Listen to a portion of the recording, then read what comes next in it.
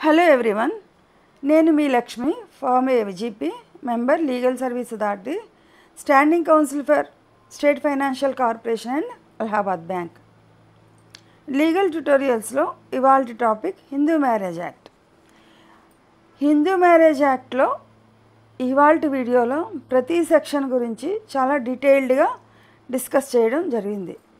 ఎందుకంటే ఈ జనరేషన్లో ఈ యాక్ట్ గురించి తెలుసుకోవడం అనేది ప్రతి ఒక్కరికి, ఒక్క అడ్వకేట్స్కో ఎగ్జామ్స్కి ప్రిపేర్ అయ్యే వాళ్ళకే కాదు, జనరల్గా ప్రజలందరికీ కూడా ఈ యాక్ట్ గురించి తప్పనిసరిగా తెలియాలి. అందువల్ల ప్రతి సెక్షన్ గురించి చాలా వివరంగా ఈ వీడియోలో చెప్పడం జరిగింది, ఎక్స్ప్లెయిన్ చేయడం జరిగింది. ఈ వీడియోలో ప్రొసీజర్కి ఇంప్లిమెంట్ చేయడానికి అవసరమయ్యే సెక్షన్స్ గురించి కొంచెం డీటెయిల్డ్గా చెప్పడం జరుగుతుంది. అలాగే ఈ హిందూ మ్యారేజ్ యాక్ట్లో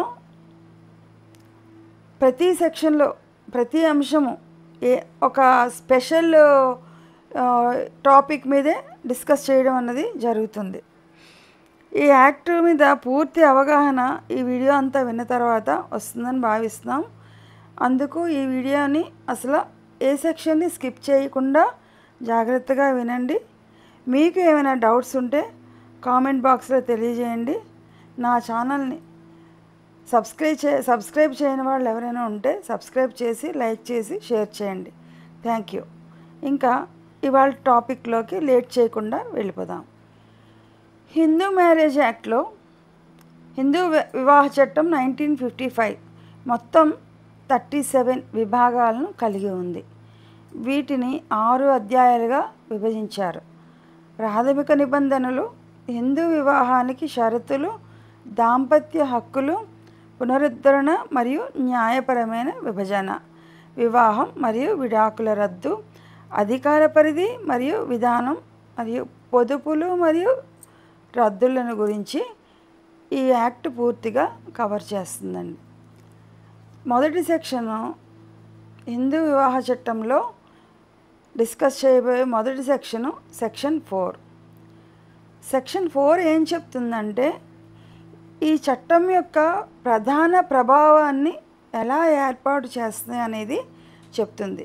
అంటే ఇది మునుపటి హిందూ చట్టం అంటే ఆచారం లేదా వాడుకను మరియు దానికి విరుద్ధంగా ఉన్న ఏదైనా ఇతర చట్టాన్ని ఇది కవర్ చేసే విషయాలపై అధిగమిస్తుంది.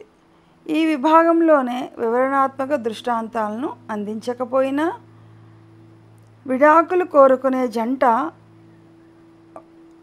ఒక ఉదాహరణ కావచ్చు. సెక్షన్ 4 ప్రకారం విడాకులకు పెద్దల సమ్మతిని కోరుకునే పాత సమాజ ఆచారం చెల్లదు అని ఈ యాక్ట్ వచ్చిన తర్వాత ప్రత్యేకంగా చెప్తుంది. ఎందుకంటే చట్టం ప్రాధాన్యతను సంతరించుకుంటుంది. దీని వలన జంట బాహ్య అనుమతి అవసరం లేకుండానే విడాకుల కోసం చట్టంలోని నిబంధనలను ఉపయోగించుకోవచ్చు అని చెప్తుంది. హిందూ వివాహ చట్టంలోని సెక్షన్ 4 అంటే ఏమిటి అంటే సెక్షన్ 4 యొక్క ప్రాథమిక ఉద్దేశం హిందూ వివాహ చట్టం 1955 యొక్క ఆధిపత్యాన్ని ప్రకటించడం. చట్టం యొక్క ఆధిపత్యం అంటే ఏంటి? ఈ చట్టం పరిధిలోకి వచ్చే విషయానికి సంబంధించిన ఏదైనా మునుపటి హిందూ చట్టం, ఆచారం లేదా వాడుక ఇకపై వర్తించదని ఇది పేర్కొంది. విరుద్ధమైన చట్టాలు ఏంటంటే అదనంగా ఈ చట్టం అమలులోకి వచ్చిన సమయంలో అమలులో ఉన్న ఏదైనా ఇతర చట్టం అనేది ఈ చట్టంలో నిబంధనలకు విరుద్ధంగా ఉంటే వర్తించదు అని స్పష్టం చేస్తుంది. అర్థం చేసుకోవడానికి సెక్షన్ 4 యొక్క ప్రభావాన్ని వివరించడానికి ఒక ఎగ్జాంపుల్గా ఒకటి పరిశీలిద్దాం. దృశ్యాన్ని ఒక నిర్దిష్ట సమాజంలో సాంప్రదాయ హిందూ ఆచారం ఆ సమాజంలో పెద్దల ఆమోదంతో మాత్రమే విడాకులను అనుమతించడానికి ఒక్కసారి ఊహించుకోండి. అలాంటప్పుడు ఈ సెక్షన్ 4 యొక్క ఉద్దేశం ఎలా చెప్పబడింది అంటే హిందూ వివాహ చట్టం 1955 అమలులోకి వచ్చినప్పటి నుండి అది విడాకులను నిర్దిష్ట నియమాలను అందించింది. విడాకులు తీసుకోవాలంటే అంటే ఇదివరకంటే పెద్దల మధ్యన అయిపోయేవి. ఈ యాక్ట్ వచ్చిన తర్వాత ఒక నియమాలని సెక్షన్ 4 ప్రకారం ఈ యాక్ట్ విడాకులు ఈ ప్రక్రియ ద్వారా తీసుకోవాలి అని అందించింది. సెక్షన్ 4 కారణంగా పాత ఆచారం ఏదైతే ఉందో, పాత కమ్యూనిటీ ఆచారం ఏదైతే ఉందో అది ఇప్పుడు చెల్లదు అని ఈ సెక్షన్లో స్పష్టం చేస్తుంది. విడాకులు తీసుకోవాలనుకునే హిందూ జంట అంటే ఎగ్జాంపుల్కి ఏ అండ్ బి అనుకోండి, ఇప్పుడు తమ సమాజ పెద్దల అనుమతి లేకుండానే హిందూ వివాహ చట్టంలో నిబంధనల ప్రకారం విడాకులను కోరవచ్చు. అంటే ముందు కంపల్సరీ పెద్దల అనుమతితోనే విడాకులు అనేది తీసుకోవాల్సి వచ్చేది. ఆ గ్రామ పెద్దలు, ఇంటి పెద్దలు అందరూ కలిపి వాళ్ళంతా ఒప్పుకుంటేనే విడాకులు అనేవి జరిగేవి. ఈ యాక్ట్ వచ్చిన తర్వాత వాళ్ళ అనుమతి అనేది అవసరం లేదు. కోర్టుకు ఒక ప్రొసీజర్ ఉంది, సెక్షన్స్ ఉన్నాయి. ఆ సెక్షన్ ప్రకారం ఎఫెక్ట్ అయ్యే ఏదైతే వాళ్ళు చెప్పే పాయింట్ ఉందో దానికి రిలవెంట్గా ఉన్న సబ్సెక్షను రాసి ఆ ప్రక్రియ ప్రకారం విడాకులు తీసుకోవాలి. అంతే తప్ప పెద్దల ఇన్వాల్వ్మెంట్ అన్నది ఈ సెక్షన్ వచ్చిన తర్వాత క్లోజ్ చేసింది అని చెప్పి ఈ సెక్షన్ 4లో వివరించడం జరిగింది. హిందూ వివాహ చట్టం 1955లోని తదుపరి సెక్షన్ 5. సెక్షన్ 5 ఏం చెప్తుందంటే చెల్లుబాటు అయ్యే హిందూ వివాహానికి అవసరమైన షరతులను గురించి వివరిస్తుంది ఈ సెక్షన్ 5లో. అంటే ఈ అవసరమైన షరతులు ఏంటి అంటే ఏకపత్ని వ్రత, మంచి మనస్సు, చట్టపరమైన వయస్సు అంటే వరుడికి ఎంత ఉండాలి, వధువుకి, పెళ్లి కూతురికి ఎంత ఉండాలి, పెళ్లి చేసుకోబోయే వ్యక్తులు ఇద్దరు వరుడికి వధువుకి ఎంతెంత ఏజ్ ఉండాలి. వరుడికి 21 సంవత్సరాలు నిండాలి, వధువుకి 18 సంవత్సరాలు నిండాలని సెక్షన్ 5లో స్పష్టంగా చెప్తుంది. మరియు నిషేధిత సంబంధాల స్థాయిలలో లేదా సపిండ సంబంధాలలో ఉండకపోవడం వంటి అవసరాలను వివరిస్తుంది. ఈ సెక్షన్ ఈ షరతులన్నీ నెరవేరేలా చూస్తుంది.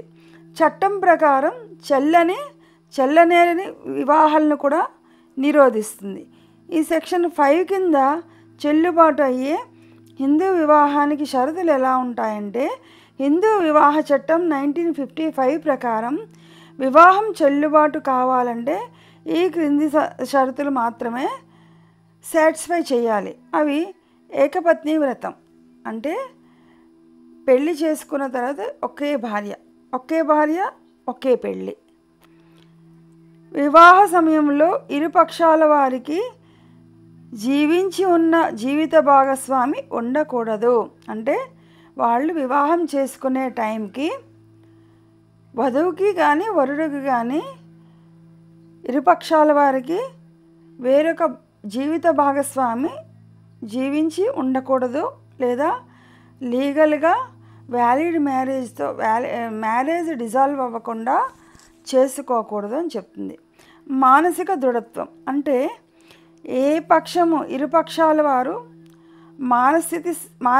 మానసిక స్థితి సరిగా లేకపోవడం వలన చెల్లుబాటు అయ్యే సమ్మతిని ఇవ్వలేకపోవచ్చు లేదా వివాహం మరియు సంతానోత్పత్తికి అనర్హులను చేసే మానసిక రుగ్మత కలిగి ఉండకూడదు అని ఇది స్పష్టంగా చెప్తుంది. లేదా పదే పిచ్చి దాడులకు కూడా గురి కాకూడదు. చట్టబద్ధమైన వయస్సు అంటే వరుడికి మరియు వధువుకి ఇద్దరికి వివాహం జరిగే సమయానికి వరుడికి 21 సంవత్సరాలు వధువుకి 18 సంవత్సరాలు తప్పనిసరిగా నిండి ఉండాలి అని చెప్తుంది. నిషేధిత సంబంధాల డిగ్రీలు వారిని నియంత్రించే ఆచారం లేదా వాడుకలో ఉన్న వారిని నియంత్రించే ఆచారం లేదా వాడుకకు అనుమతిస్తే తప్ప పార్టీలు నిషేధించబడిన సంబంధాల పరిధిలో ఉండకూడదు అని చెప్తుంది. సపిండ సంబంధం అంటే ఆచారం లేదా వాడుక అనుమతించలేకపోతే ఆచారం లేదా వాడుక అనుమతించకపోతే పార్టీలు ఒకరికొకరు సపిండాలుగా ఉండకూడదు. పాటించకపోవడం వలన కలిగే చిక్కులు ఎలా ఉంటాయి అన్నది చెప్తుంది. చెల్లని వివాహం. ఈ షరతులను ఉల్లంఘిస్తే వివాహం, ముఖ్యంగా సెక్షన్ 5 సబ్సెక్షన్ 5 సపిండా వివాహం చట్టంలోని సెక్షన్ 11 ప్రకారం చెల్లదని ప్రకటించవచ్చు. దానికి శిక్ష కూడా ఎలా ఉంటుందంటే, ద్విభార్యత్వం వంటి కొన్ని నిబంధనలను ఉల్లంఘించే వ్యక్తిని ఇండియన్ పీనల్ కోడ్ ఇది వరకు ఇప్పుడు బిఎన్ఎస్ యాక్ట్ కింద శిక్షించవచ్చు అని చెప్తుంది.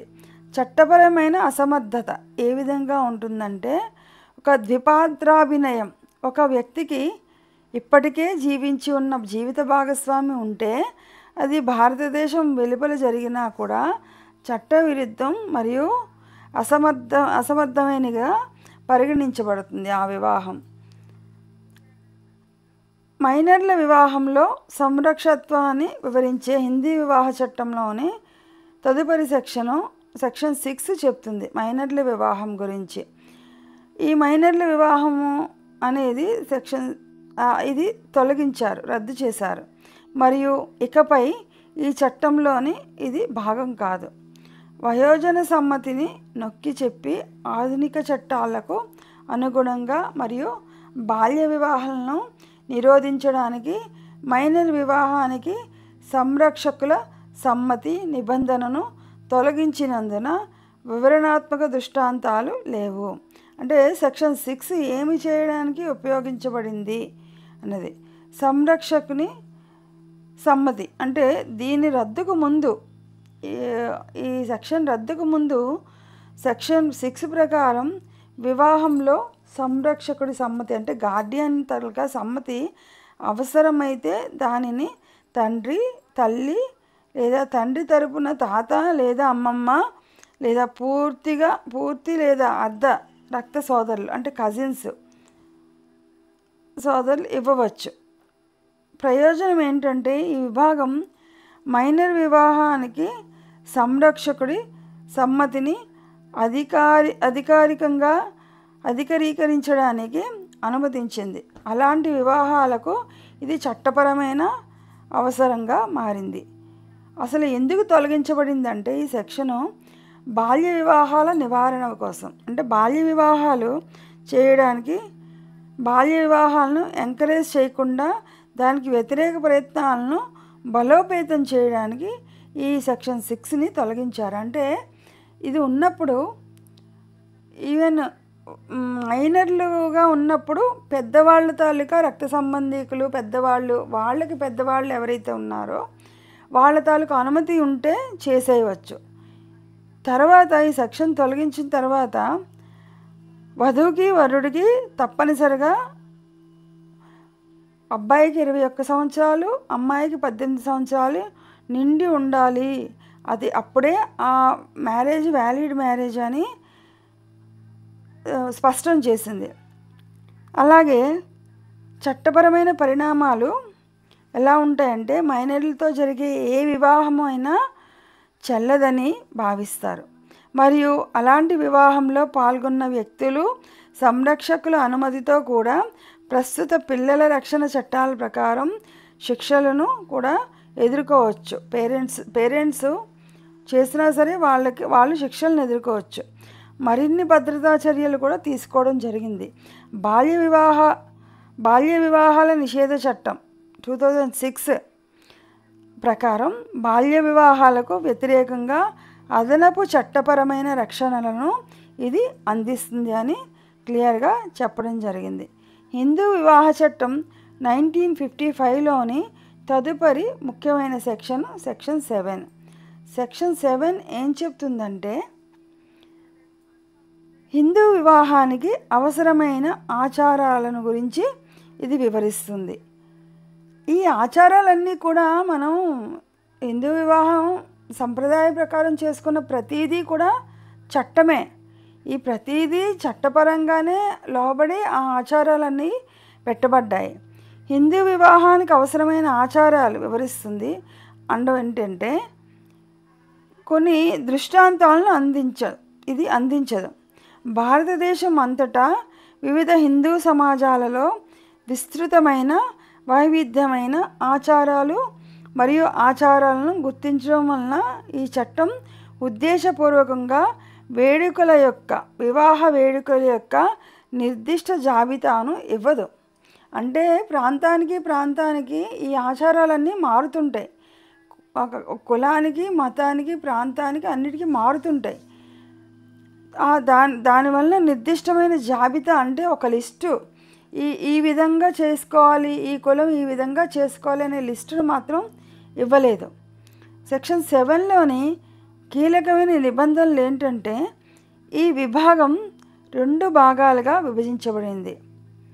ఉపవిభాగం 1 ఏం చెప్తుందంటే హిందూ వివాహం వధువు లేదా వరుడి ఆచారాలు మరియు వేడుకలకు అనుగుణంగా జరుపుకోవచ్చు.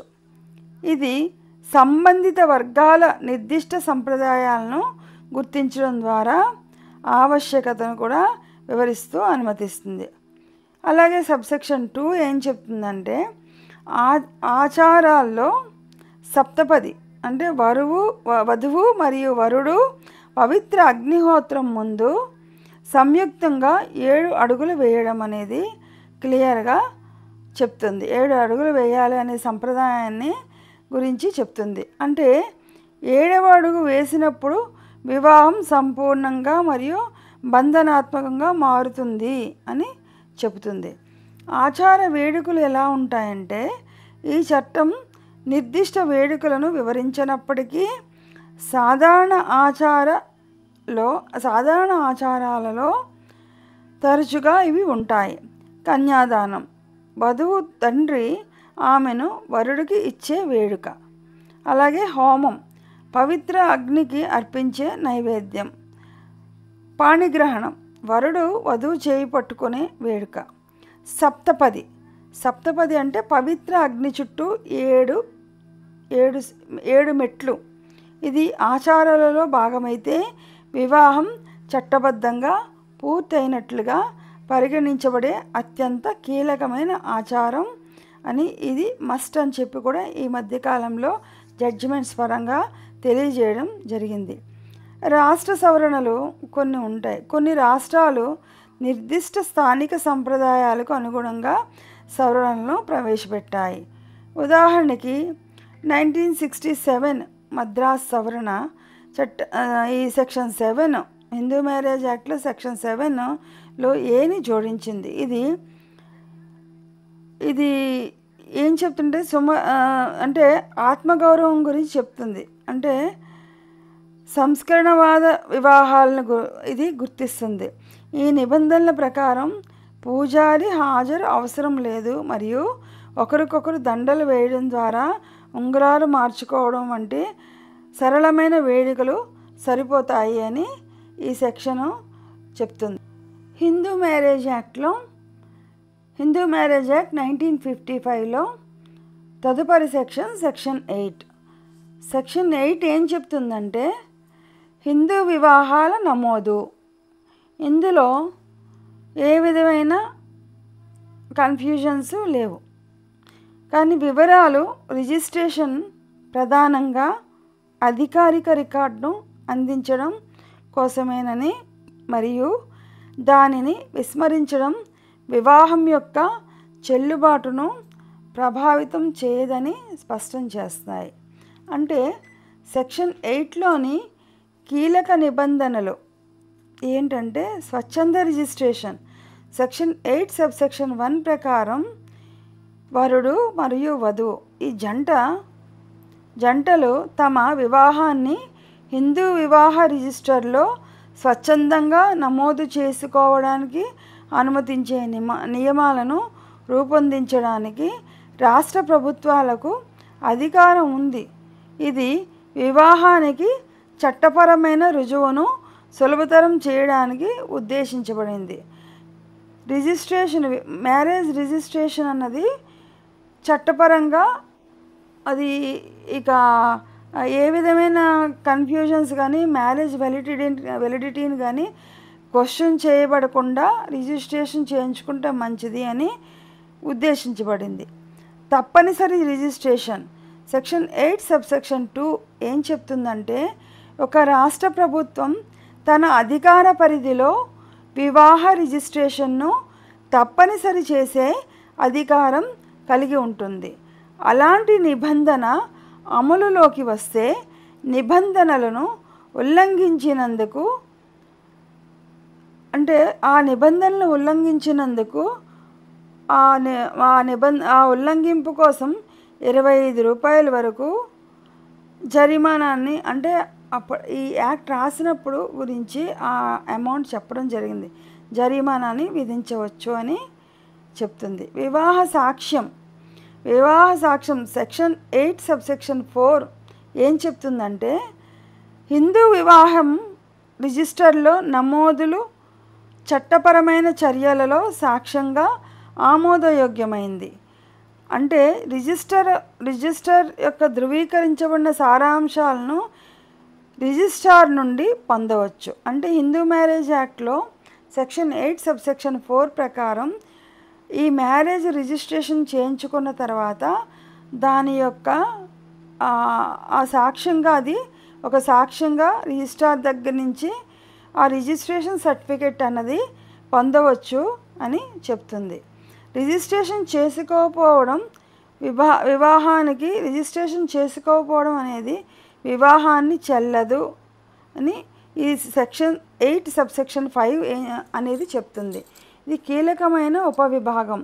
సరైన ఆచారాలు మరియు ఆచారాలతో నిర్వహించబడే హిందూ వివాహం యొక్క చెల్లుబాటు రిజిస్ట్రేషన్ ఎంట్రీని విస్మరించడం వల్ల ప్రభావితం కాదని స్పష్టం చేస్తుంది. కానీ రిజిస్ట్రేషన్ చేయించుకోవడం వలన అన్ని విధాల సేఫ్ అని చెప్తుంది.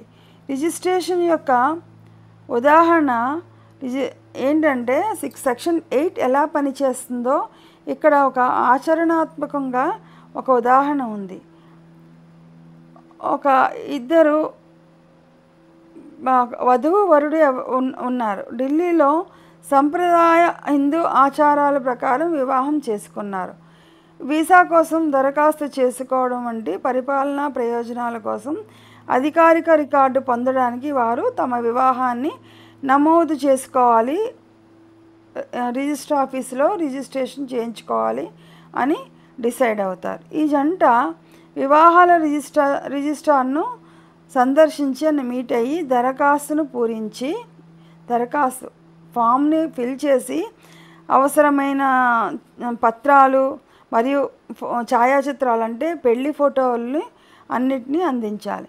రిజిస్ట్రారు వారి వివాహాన్ని హిందూ వివాహ రిజిస్టర్లో నమోదు చేస్తారు మరియు ఇద్దరికి వివాహ ధృవీకరణ పత్రాన్ని కూడా అందిస్తారు.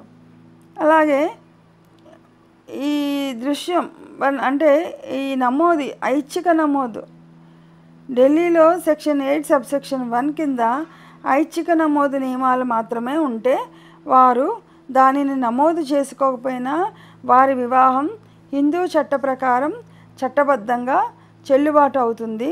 సర్టిఫికెట్ కేవలం అనుకూలమైన చట్టపరమైన రుజువుగా పనిచేస్తుంది అని చెప్తుంది. హిందూ వివాహ చట్టం, హిందూ మ్యారేజ్ యాక్ట్ ఏదైతే ఉందో అది దానిలోని ఉన్న నియమాలు ఓవరాల్గా ఉన్న ప్రాంతానికి చిన్న చిన్న డిఫరెన్సెస్ ఉంటాయి, కానీ ఆచారాలు మాత్రం అవి అన్నీ లీగల్గా ఉన్నవే. ఆచారం అని మనం అంటున్నాము, బట్ ఇదేంటంటే లీగల్గా ఉన్న ఒక కంపల్సరీ యాక్ట్ ఇది. అలాగే ఎందుకు అసలు ఈ వ్యత్యాసం ముఖ్యమైనది అంటే, వివాహం యొక్క చెల్లుబాటు మరియు దాని రిజిస్ట్రేషన్ మధ్య వ్యత్యాసం హిందూ వివాహ చట్టం యొక్క ముఖ్య లక్షణం. భారతదేశం అంతటా తప్పనిసరి రిజిస్ట్రేషన్ కోసం సుప్రీంకోర్టు ఒత్తిడి చేసినప్పటికీ చాలా చోట్ల లోకల్గా ఉన్న చట్టాలు, అంటే లోకల్గా ఉన్న ఏవైతే సంప్రదాయాలు అవి ఉన్నాయో ఈ రెండు భావనల్ని వేరు చేస్తుంది. అంటే అభిప్రాయ భేదాలు ఉంటాయి. ఆ రిజిస్ట్రేషన్ ఎందుకులే, అవసరం లేదు, పెళ్ళి సంప్రదాయంగా చేసాం కదా అని. కానీ కొన్ని పరిస్థితుల్లో ఆ రిజిస్ట్రేషన్ సర్టిఫికేట్ అన్నది, అంటే సపోజ్ ఒక వీసాకి వెళ్ళాలన్నా ఏదన్నా దేశం దాటి పరదేశంలో జాబ్ కోసం వెళ్ళాలన్నా అప్పుడు ఈ రిజిస్ట్రేషన్ సర్టిఫికేట్ అన్నది కంపల్సరీ ఉంది.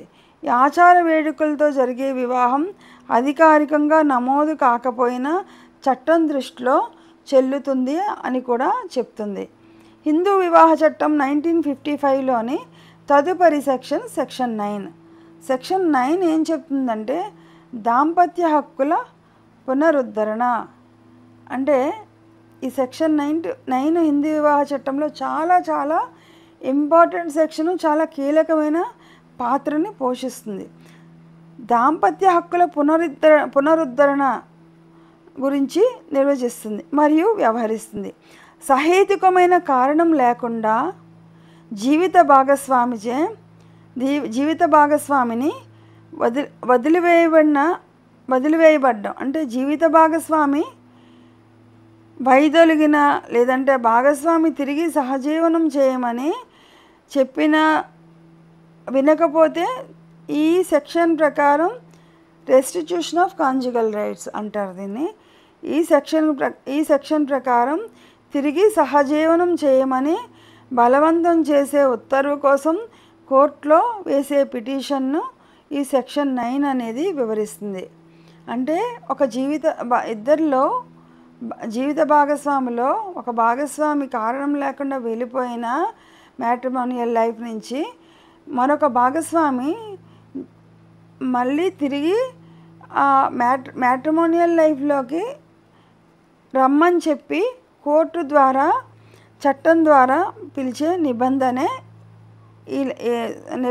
ఈ సెక్షన్ 9 యొక్క ఒక ముఖ్యమైన లక్ష్యం. అసలు నిర్వచనం ఏంటంటే వివాహ హక్కులు అనేవి వివాహిత రాష్ట్రంలో అంతర్లీనంగా ఉండే హక్కులు మరియు అధికారాలు. వీటిలో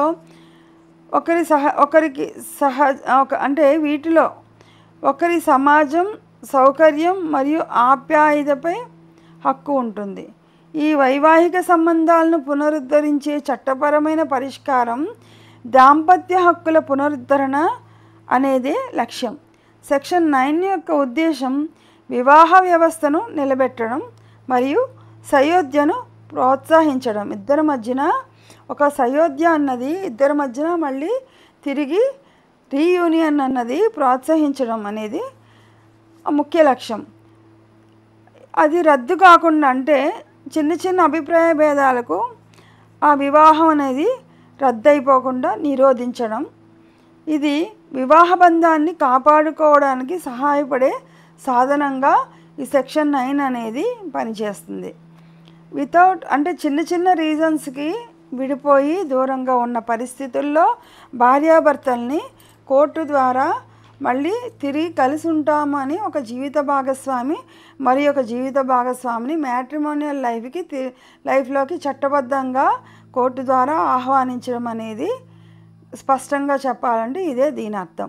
దీన్నే రెస్టిట్యూషన్ ఆఫ్ కాంజుగల్ రైట్స్గా సెక్షన్ 9గా కోర్టులో హిందూ మ్యారేజ్ యాక్ట్ ప్రకారం ఫైల్ చేస్తారు.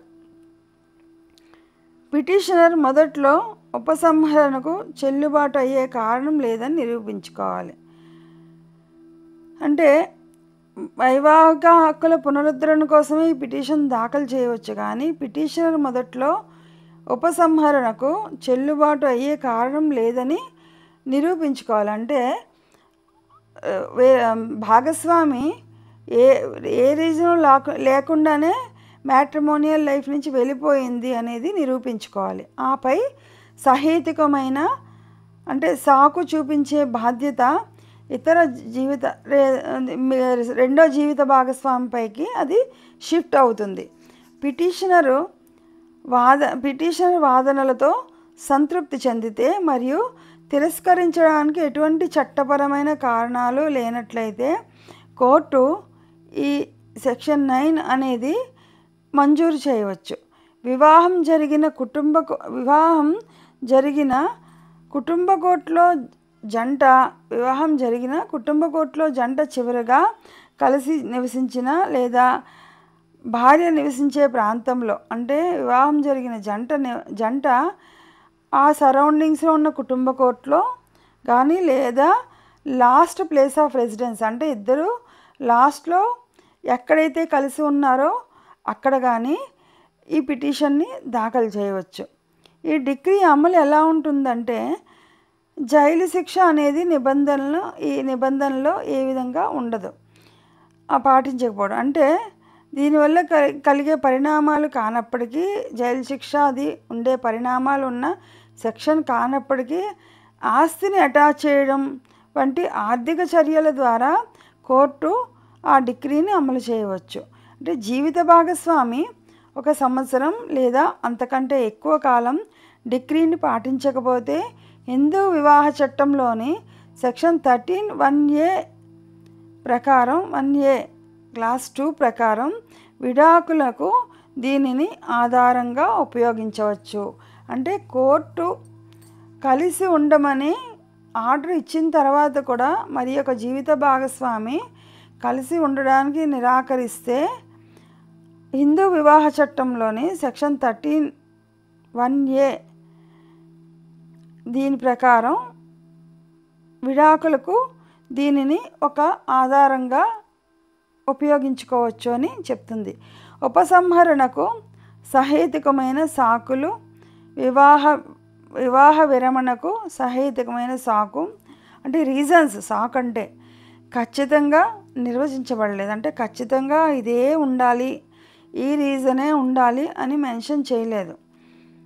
మ్యాట్రిమోనియల్ లైఫ్ నుంచి రిజెక్ట్ చేసి వెళ్ళిపోవడానికి మరి ఒక పార్టీ వెళ్ళిపోవడానికి ఇదే రీజన్ ఉండాలి పర్టికులర్గా అనేది చెప్పలేదు. కానీ కోర్టులు దానిని క్రూరత్వం, వైవాహిక దుష్ప్రవర్తన, వరకట్న డిమాండు, వ్యభిచారం అంటే అడల్టరీ యొక్క తప్పుడు ఆరోపణలు లేదా సహజీవనం అసాధ్యం లేదా చాలా కష్టతరం చేసే ఇతర చర్యలుగా అర్థం చేసుకున్నాయి. రాజ్యాంగ చెల్లుబాటు మరియు ఒక మైలురాయి తీర్పులు ఎలా ఉంటాయంటే సెక్షన్ 9 అనేది చాలా కీలకమైన సెక్షన్ హిందూ మ్యారేజ్ యాక్ట్లో. సెక్షన్ 9 ఆర్టికల్ 21 కింద రాజ్యాంగబద్ధమైన గోప్యత హక్కు మరియు వ్యక్తిగత స్వేచ్ఛకు విరుద్ధంగా ఉండే ప్రశ్నలను ఎదుర్కొంది ఇది. ఎందుకంటే జీవిత భాగస్వామిని మరొకరితో కలిసి జీవించమని బలవంతం చేయడం అది వ్యక్తిగత స్వయం ప్రతిపత్తి గురించి ఆందోళనను లేవనెత్తుతుంది. అంటే ప్రతి వ్యక్తికి ఆర్టికల్ 21 క్రింద వాళ్ళకి నచ్చినట్టుగా వాళ్ళు బ్రతికే హక్కు ఉంది. దానికి చిన్న కన్ఫ్యూజన్ అనేది సెక్షన్ 9 క్రియేట్ చేస్తుంది, ఆందోళనలు కూడా లేవనెత్తుతుంది. సెక్షన్ 9 పైన ఒక మైలురాయి తీర్పులు చాలావే, సుప్రీంకోర్టు జడ్జిమెంట్స్ చాలా ఉన్నాయి. రాజ్యాంగపరంగా సెక్షన్ 21 ప్రకారం తీసుకుంటే ప్రతి వ్యక్తికి వాళ్ళ ఇష్ట ప్రకారం జీవించే ఆ వ్యక్తిగత స్వేచ్ఛ ఉంది. కాబట్టి ఈ సెక్షన్ 9 ప్రకారం బలవంతం చేయకూడదు, మ్యారిటల్ లైఫ్లోకి వెళ్ళాలి అని స్పష్టంగా చెప్తుంది. కాబట్టి హిందూ మ్యారేజ్ యాక్ట్లో సెక్షన్ 9 ప్రకారం కోర్టు మరి ఒక భాగస్వామిని మ్యాట్రిమోనియల్ లైఫ్ నుంచి బయటికి వెళ్ళిపోయిన భాగస్వామి ఎవరైతే ఉన్నారో వారిని కలిసి ఉండండి అని ఆర్డర్ వేసినప్పటికీ సెక్షన్ 9ని అలౌ చేసినా సరే ఆ పిటిషన్ని కలిసి ఉండాలా లేదా అనేది రెండో భాగస్వామి రెస్పాండెంట్ యొక్క ఇష్టాల మీద ఆధారపడి ఉంటుంది తప్ప ఒకవేళ కలిసి ఉండకపోతే దానికి చట్టపరంగా ఎలాంటి శిక్షలు అనేవి లేవు అని స్పష్టంగా ఈ సెక్షన్లో వివరించబడింది.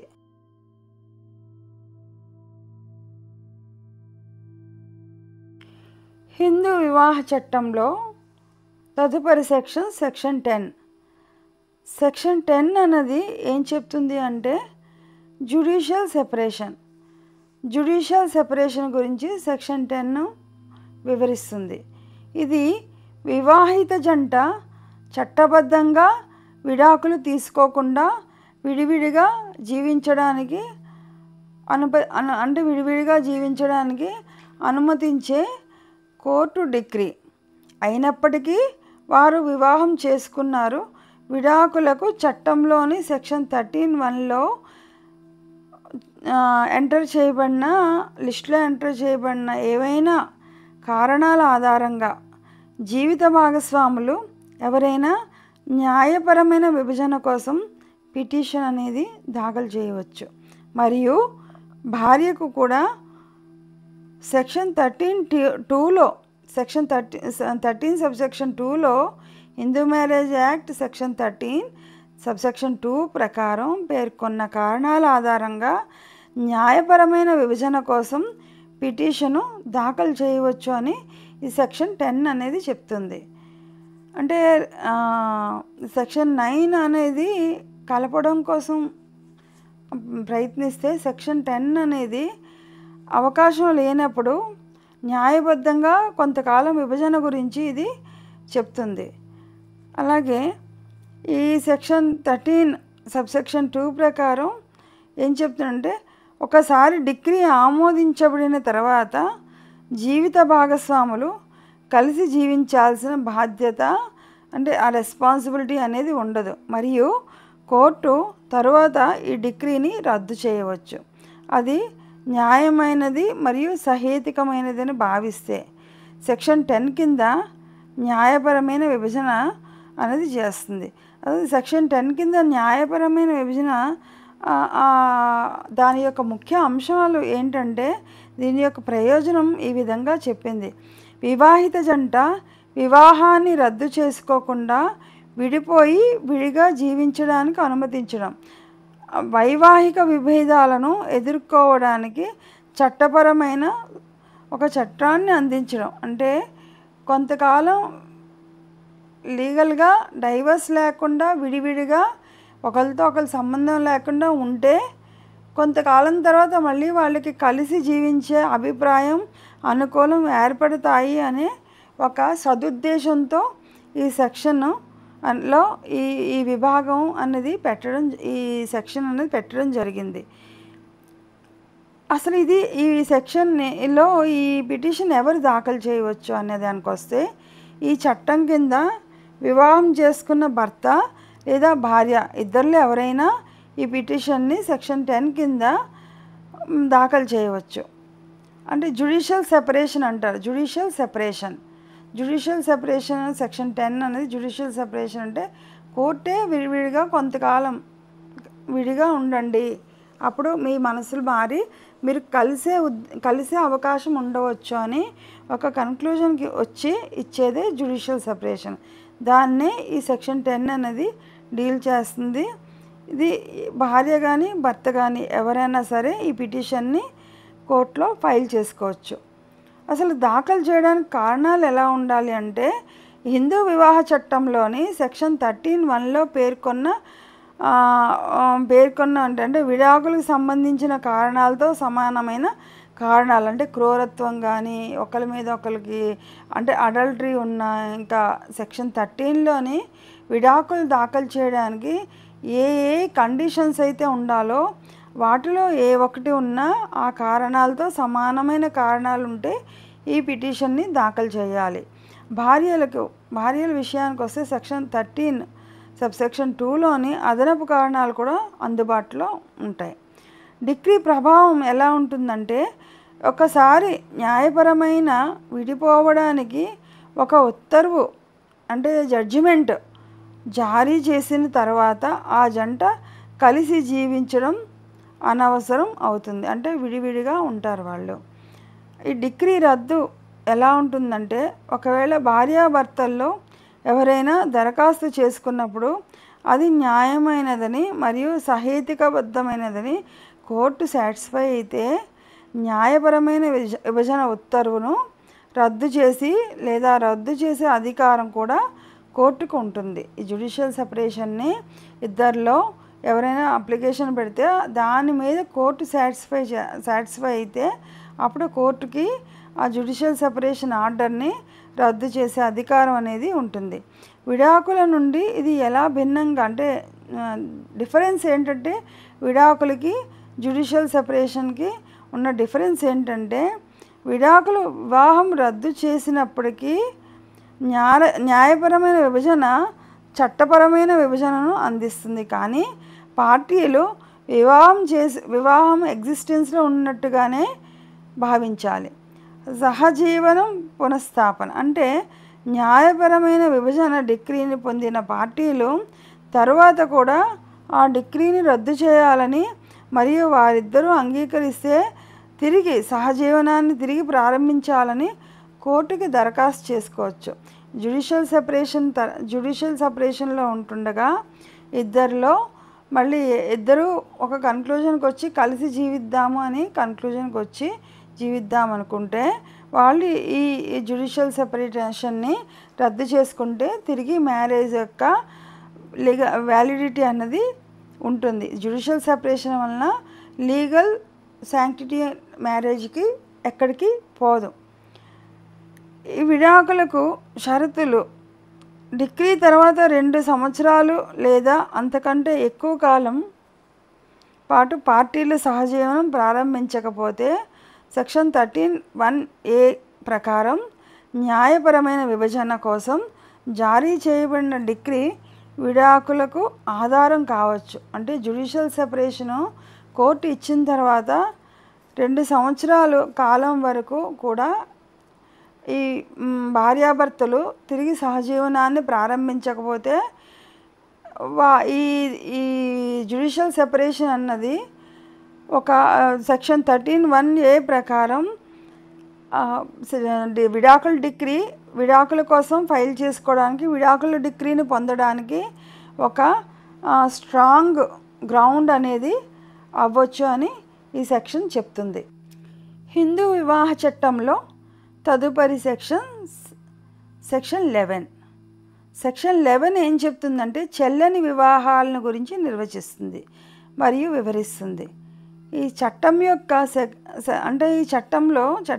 సెక్షన్ 5లో పేర్కొన్న కొన్ని ప్రాథమిక షరతులు ఏవైతే ఉన్నాయో ప్రత్యేకంగా క్లాజులు 1, 5 మరియు 6, 1, 4, 5ను ఉల్లంఘిస్తే సెక్షన్ 5లోని ఉన్న క్లాజ్ 1, క్లాజ్ 4, క్లాజ్ 5ను ఉల్లంఘిస్తే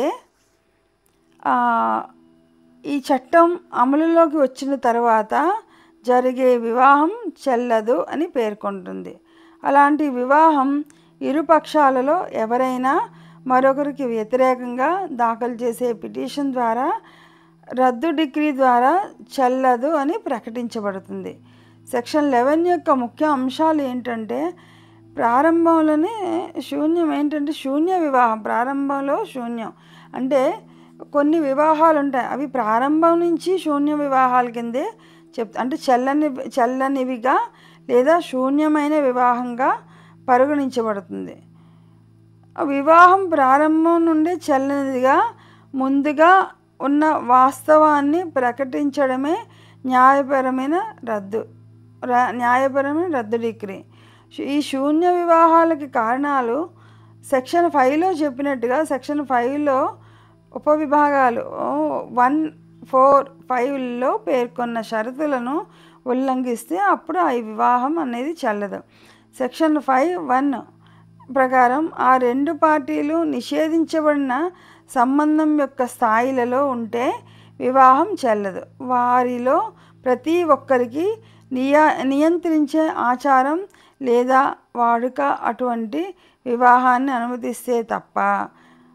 ఈ సెక్షన్ 5(4) ప్రకారం ఏం చెప్తుందంటే వివాహం చేసుకున్న వారిలో ఇద్దరు మతపరంగా హిందువులు కాకపోతే ఆ వివాహం చెల్లదు అని చెప్తుంది.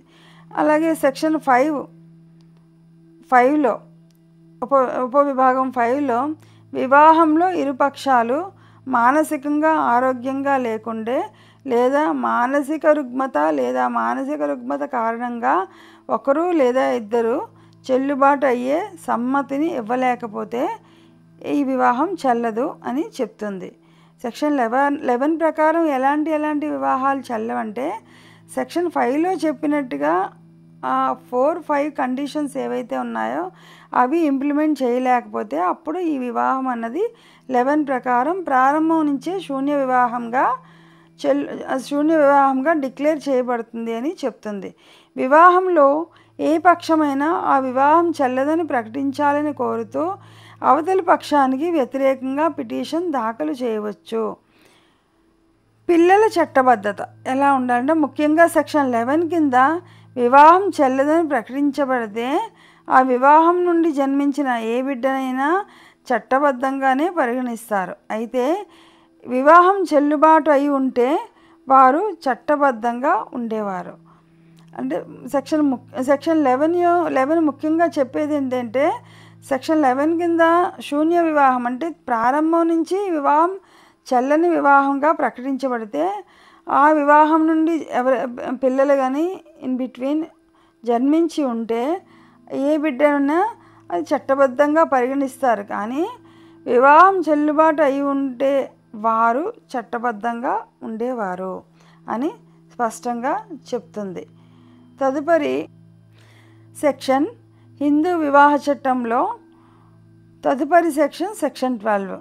సెక్షన్ 12 ఏం చెప్తుందంటే రద్దు చేయగల వివాహాలను గురించి ఇది వివరిస్తుంది మరియు వ్యవహరిస్తుంది. ఇవి కోర్టు ద్వారా రద్దు డిగ్రీ జారీ చేయబడే వరకు చెల్లుబాటు అయ్యే వివాహాలు అంటే నపుంసకత్వం,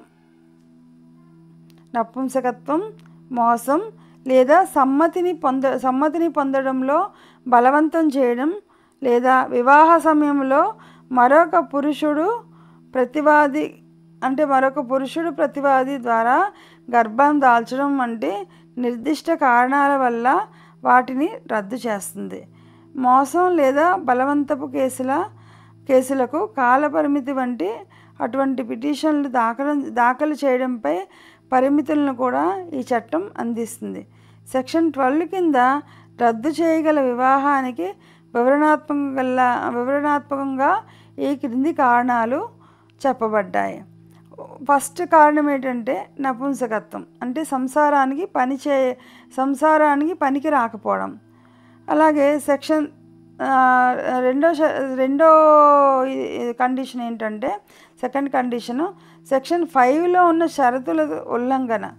హిందూ మ్యారేజ్ యాక్ట్లో సెక్షన్ 5లో ఏ షరతులు చెప్పారో ఒక వివాహానికి ఆ షరతుల తాలూకా ఉల్లంఘన జరిగినప్పుడు అంటే ఈ వివాహ చట్టంలో సెక్షన్ 5లో క్లాస్ 2లో పేర్కొన్న షరతులను ఉల్లంఘిస్తే ఈ నిబంధన పార్టీల మానసిక ఆరోగ్యానికి సంబంధించినది. అంటే పార్టీలో ఒకరు మానసిక రుగ్మతలో బాధపడుతున్నవారు లేదా మానసిక అనారోగ్యంతో ఉన్నవారు అయితే అప్పుడు చెల్లదు అని చెప్తుంది. ఆ వివాహం చెల్లదు అని చెప్తుంది. బలవంతం లేదా మోసం ద్వారా పొందిన సమ్మతి అంటే పిటిషనర్ లేదా వారి సంరక్షకుడి సమ్మతి అవసరమైన సందర్భాల్లో అయితేనే ఆ సమ్మతిని బలవంతంగా లేదా మోసం ద్వారా పొందితే అప్పుడు ఆ వివాహం చెల్లదు. ఇది వివాహ వేడుక యొక్క స్వభావానికి సంబంధించింది. అంటే మోసం కావచ్చు లేదా ఇతర మరొక జీవిత భాగస్వామికి సంబంధించిన ఏదైనా ఇతర భౌతిక వాస్తవం లేదా పరిస్థితిని ఆధారంగా తీసుకొని అప్పుడు ఈ సెక్షన్ అనేది ఇంప్లిమెంట్ చేస్తారు. మరొక కండిషన్ ఏంటంటే ఈ సెక్షన్లో ఇంప్లిమెంట్ చేయడానికి మరొక పురుషుడితో ఆమె గర్భం దాల్చడం. అంటే వివాహం జరిగిన సమయంలో ప్రతివాది పిటిషనర్ కాకుండా మరొకరి ద్వారా గర్భం దాల్చి ఉంటే అప్పుడు ఈ సెక్షన్ ప్రకారం ఈ వివాహం చెల్లనిదిగా ప్రకటించమని ఫైల్ చేయవచ్చు. పిటిషనర్లకు కొన్ని పరిమితులు ఉంటాయి. అవి ఏంటంటే మోసం లేదా బలవంతం క్లాస్ C ప్రకారం దాని ఆధారంగా దాఖలు చేసిన పిటిషన్లకు సమయ పరిమితులు ఉంటాయని గమనించడం చాలా ముఖ్యం. అంటే ఆగిపోయిన తర్వాత లేదా మోసం కనుగొనబడిన తర్వాత 1 సంవత్సరం కంటే ఎక్కువ కాలం పాటు దాఖలు చేయబడినట్లయితే ఈ కారణాలపై రద్దు కోసం పిటిషన్ను స్వీకరించలేదు. అంటే ఆన్ ఆర్ బిఫోర్ 1 year ఇటువంటి మోసాలు జరిగినప్పుడు మోసపూరితంగా వివాహం జరిగినప్పుడు 1 year లోపే కేసు అనేది ఫైల్ చేసి ఈ వివాహం చెల్లదు అని ఈ సెక్షన్ ప్రకారం కేసు ఫైల్ చేయాలి తప్ప ఆ టైం దాటితే అప్పుడు ఈ కేసుని ఫైల్ చేయలేము అని స్పష్టంగా చెప్తుంది. శూన్యము అంటే ఏంటంటే, వివాహం శూన్యమైనది అంటే ఏంటంటే, రద్దు చేయగల వివాహం మొదట్లో చట్టబద్ధంగా చెల్లుబాటు అయ్యే మరియు కట్టబడి ఉండే ఒక యూనియన్ అయినప్పటికీ ఒక సమర్థ న్యాయస్థానం దానిని రద్దు చేస్తూ ఒక డిక్రీని జారీ చేసే వరకు ఇది వివాహం యొక్క అన్ని హక్కులు మరియు విధులు నిలుపుకుంటుంది. దీనికి విరుద్ధంగా శూన్య వివాహం ప్రారంభం నుండే శూన్యంగా పరిగణింపబడుతుంది అని ఈ సెక్షన్ ప్రకారం తెలియజేయబడుతుంది. హిందూ వివాహ చట్టంలో తదుపరి సెక్షన్ 13. మొత్తం ఈ యాక్ట్కి చాలా ఇంపార్టెంట్ సెక్షన్. రిపీటెడ్గా ఎక్కువ కేసులు అసలు ఎక్కువ యూజ్ అవుతున్న సెక్షన్ ఏదన్నా ఉంది అంటే అది సెక్షన్ 13. అంటే విడాకులకు సంబంధించిన సెక్షన్ ఇది. Section 13 subsection 1. ఈ చట్టంలో అమలులోకి రావడానికి ముందు లేదా తరువాత జరిగిన ఏదైనా వివాహం భర్త లేదా భార్య సమర్పించిన పిటిషన్పై విడాకుల డిగ్రీ ద్వారా వివాహం అనేది రద్దు చేయబడుతుంది.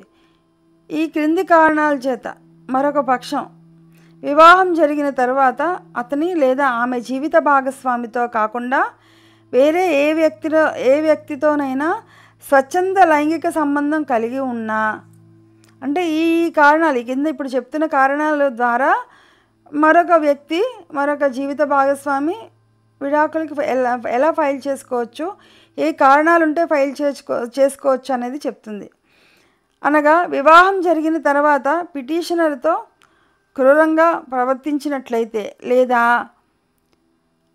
పిటిషన్ సమర్పణకు ముందు 2 సంవత్సరాల కంటే తక్కువ కాకుండా నిరంతరాయంగా పిటిషనర్ను విడిచిపెట్టి ఉంటే, అంటే డైవర్స్ ఫైల్ చేసే నాటికి ఆ ఫైలింగ్ డేట్కి 2 years కన్నా ఎక్కువ కాలం తక్కువ కాకుండా, అంటే 2 years కంప్లీషన్ 2 years కంప్లీట్ అయిపోయింది అంటే కంటిన్యూగా పిటిషనర్ విడిచిపెట్టి ఉంటే, లేదా మరొక మతంలోకి మారడం ద్వారా హిందూ మ్యారేజ్ యాక్ట్ ఇది హిందువులకు వర్తిస్తుంది.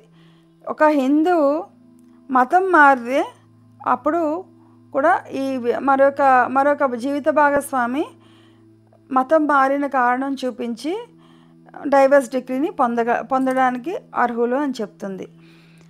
చికిత్స చేయలేని విధంగా అనారోగ్యకరమైన మనస్సు కలిగి ఉండడం, లేదా అంటే మానసిక వ్యాధి ఏదైనా మెంటల్ ఇన్బ్యాలెన్సింగ్, అది ఇంకా ట్రీట్మెంట్కి అవకాశం లేని కారణం ఏదైనా ఉన్నా, లేదా పిటిషనర్ ప్రతివాదితో సహేతుకంగా జీవించలేనంతగా మెంటల్గా నిరంతరంగా బాధపడుతున్నట్లయితే, ఆ కారణం ఉన్నప్పుడైనా మానసిక రుగ్మత అనే వ్యక్తీకరణ అంటే దాన్ని ఎలా వివరించాలి అంటే, మానసిక అనారోగ్యం ఆగిపోయిన లేదా అసంపూర్ణమైన మనస్సు అభివృద్ధి, అంటే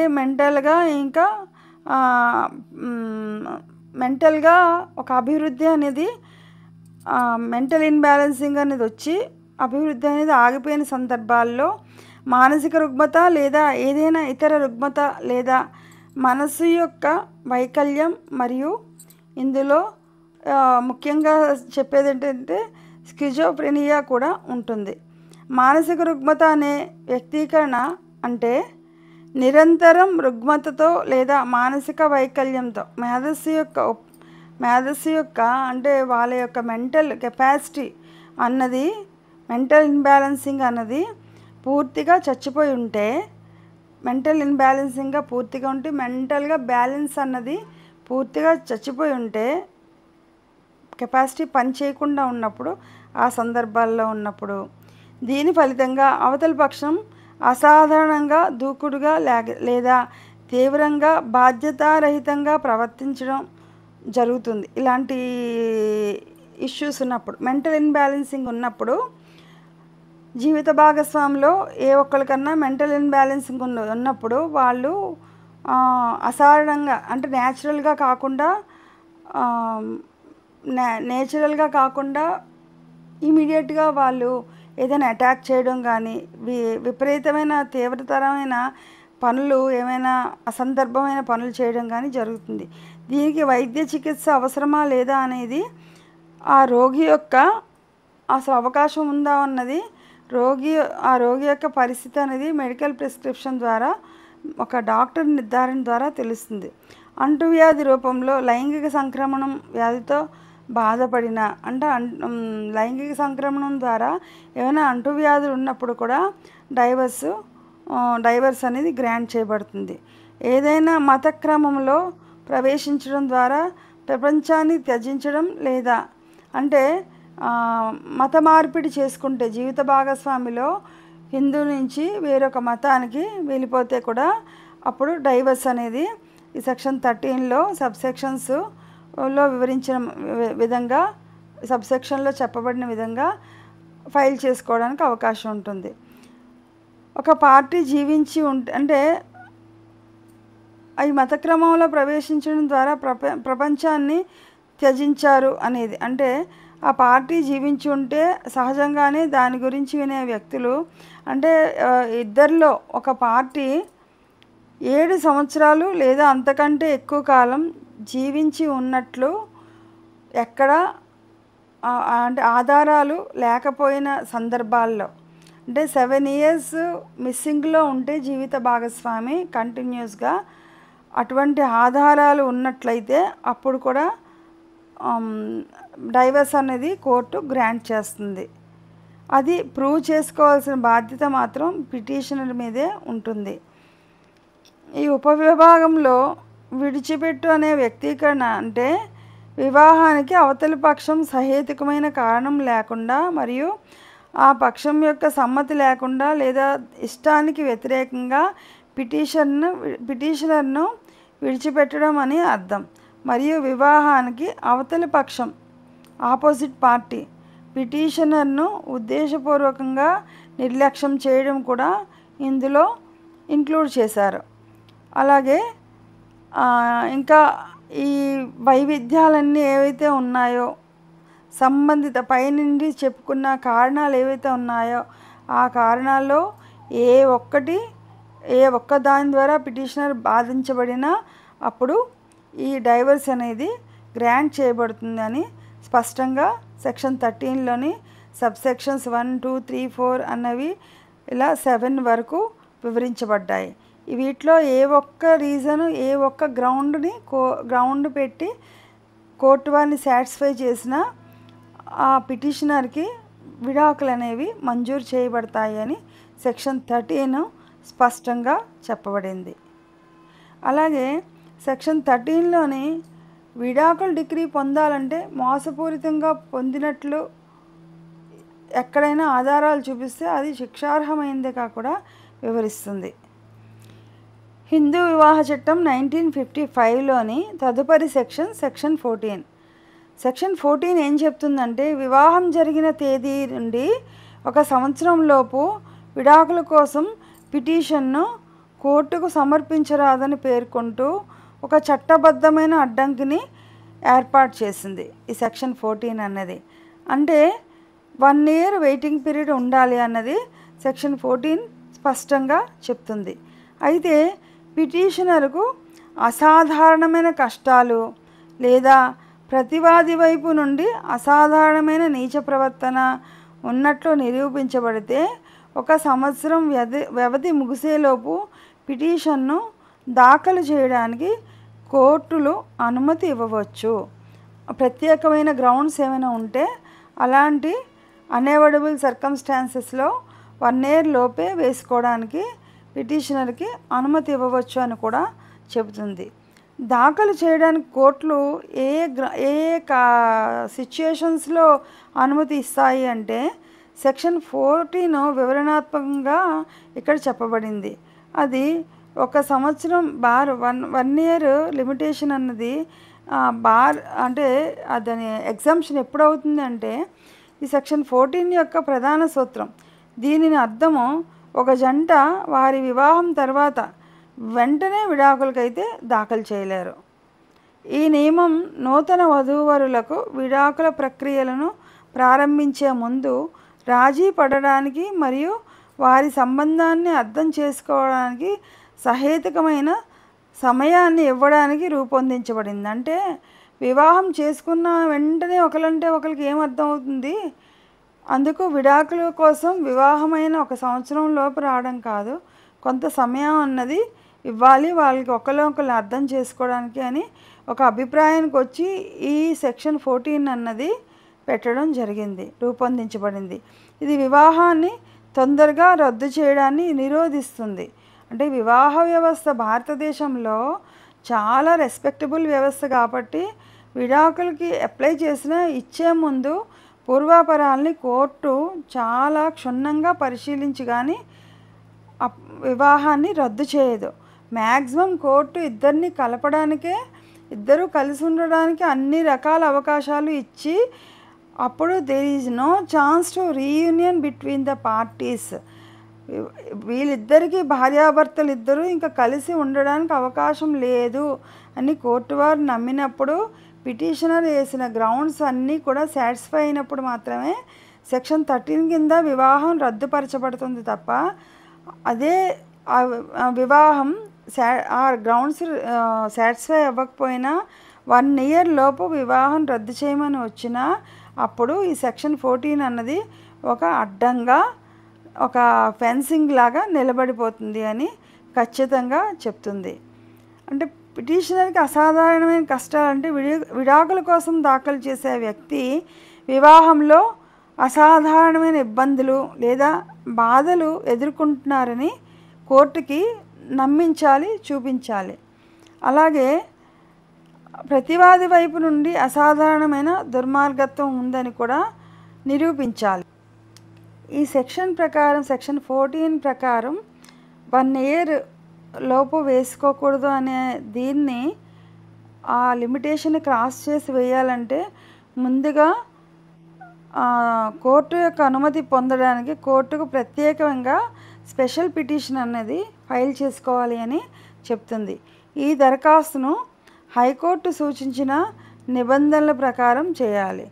కోర్టు విచక్షణ మరియు సంభావ్య పరిణామాలు ఎలా ఉంటాయంటే పిటిషనరు ఈ లీవ్ పిటిషన్లో ఏదైతే ఎగ్జంప్షన్ పిటిషన్ ఉంటుందో దానిలో వాస్తవాలను తప్పుగా సూచించారని లేదా దాచిపెట్టారని కోర్టు కనుగొంటే వారు ఆ పిటిషన్ని కొట్టివేయచ్చు. అంటే ఆ ఫ్యాక్ట్స్ ఏవైతే ఉన్నాయో అవి రాంగ్ ఫ్యాక్ట్స్, కోర్టుని మిస్లీడ్ చేస్తూ ఏవైనా ఫ్యాక్ట్స్ రాశారు అని కోర్టు భావిస్తే అప్పుడు ఆ పిటిషన్ను కోర్టు కొట్టివేయడానికి 100% అవకాశం ఉంటుంది అని చెప్పబడింది. ప్రత్యామ్నాయంగా కోర్టు విడాకులు మంజూరు చేయవచ్చు అన్నీ సాటిస్ఫై అవుతాయి, కానీ వివాహం జరిగినప్పటి నుండి 1 సంవత్సరం వరకు దాని ప్రభావవంతమైన తేదీని ఆలస్యం చేయవచ్చు అని పర్టికులర్గా చెప్పబడుతుంది. సెక్షన్ 14 ప్రకారం 1 ఇయర్ వరకు 1 ఇయర్ లోపు వేసుకోకూడదని ఉన్నా ఏవైనా ఈ పైన చెప్పిన రీజన్స్ ఏమైనా ఉండి ఆ రీజన్స్ కోర్టును సాటిస్ఫై చేస్తూ పిటిషన్ వేస్తే కోర్టు ఆ రీజన్స్ని సాటిస్ఫై అయితే అప్పుడు ఆ సెక్షన్ 14 ప్రకారం ఈ 1 ఇయర్ లిమిటేషన్ ఎగ్జంప్షన్ ఇచ్చి విడాకులు మంజూరు చేయబడుతున్నాయి అని స్పష్టం చేస్తుంది. ఇప్పటి వరకు హిందూ మ్యారేజ్ యాక్ట్లోని సెక్షన్ 4 నుంచి సెక్షన్ 14 వరకు వివరంగా చెప్పుకున్నాము. ఈ వీడియోలో పార్ట్ 1గా ఈ వీడియోని పెడుతూ తదుపరి వీడియోలో మిగిలిన సెక్షన్స్ గురించి వివరంగా చెప్తూ Hindu marriage act part 2 video అనేది రిలీజ్ చేస్తామండి. ఈ సెక్షన్స్లో ఏమైనా డౌట్స్ కానీ క్లారిఫికేషన్స్ కానీ ఉంటే మీరు కామెంట్ బాక్స్లో తెలియజేయండి. ఇంకా డౌట్స్ ఇంకా ఏమైనా దీనికి సంబంధించి వివరాలు కావాలంటే మీరు కామెంట్ బాక్స్లో తెలియజేస్తే దానికి సంబంధించి వివరంగా ఆన్సర్ చేయడం జరుగుతుంది. నా వీడియో నచ్చినట్లయితే లైక్ చేయండి, సబ్స్క్రైబ్ చేయండి. సబ్స్క్రైబ్ చేయడం వలన నేను చేసే ప్రతి వీడియో కూడా మీకు నోటిఫికేషన్ రూపంలో వస్తుంది. అది మీకు చాలా యూజ్ అవుతుంది అని నమ్ముతున్నాము. Thank you.